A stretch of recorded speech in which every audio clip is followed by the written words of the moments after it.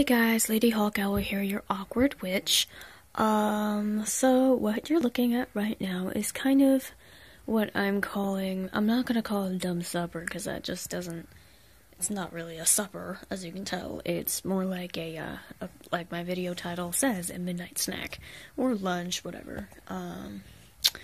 So tonight, and I wanted to do this ritual last night on like actual Halloween, but I'll do it tonight anyway because the veal still feels pretty thin, and I feel like this will be still possible. So I don't know about you guys, but I still feel spirits lingering around. So this is mostly for my mom's mom. The light's these are pictures of her. That's her in Florida in front of a bunch of flamingo. She was always smiling and happy in her pictures, just like I remember her in real life. She passed away when I was 6, but her presence always kind of stayed with me, and personally for me, she is the best deceased person in my family to call. Yeah, for me personally.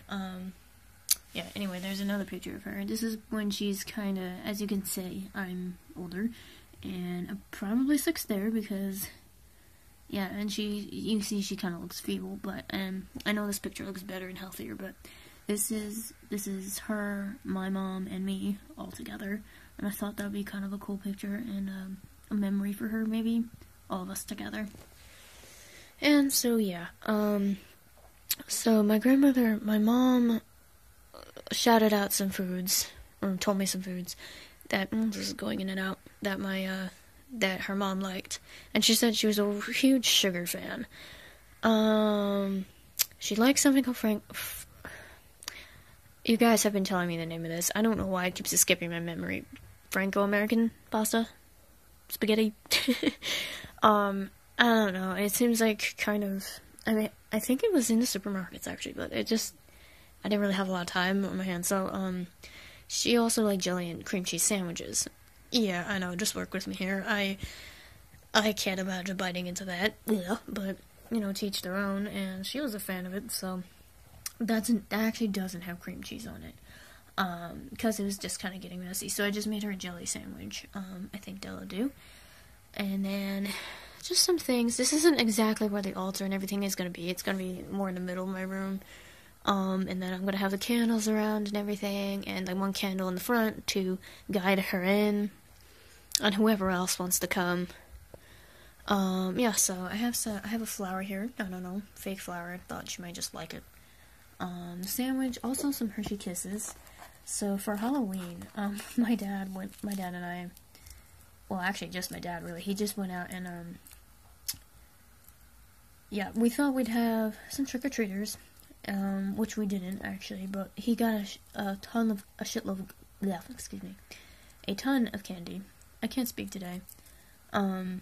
Like, bags and bags of it. We were only gonna get one bag, because we only have, like, at most 5 or 6 trick-or-treaters, because we live on a dead-end street that's quiet, and, like, no one ever comes here to trick-or-treat, because it's also on a hill, and unless you're feeling super adventurous, like, nobody wants to come up here, so practically no one anyway, but we do get at least a few trick-or-treaters every year, and we just happened to buy like, a shit ton of candy, and no one came.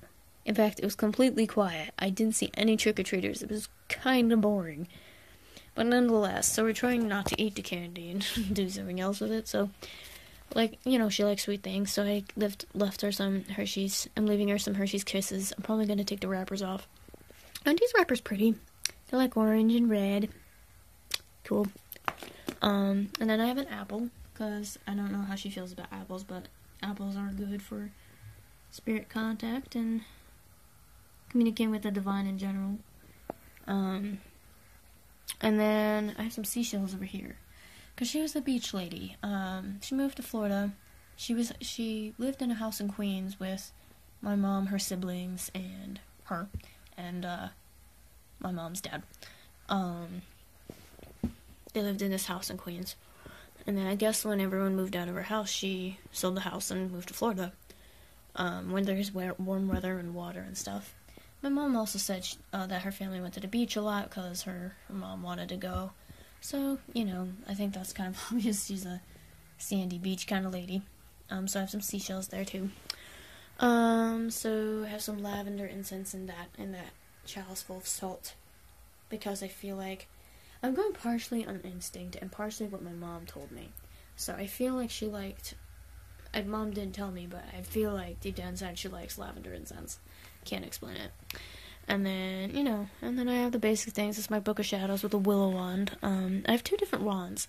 I have an apple wand that's usually used for waxing moon energy, drawing energy, I guess more living, quote-unquote, energy, real-life energy, I suppose. And then this wand I like to use for the darker things, and moon energy, and, the other world, the dead. Perfect time to use this wand.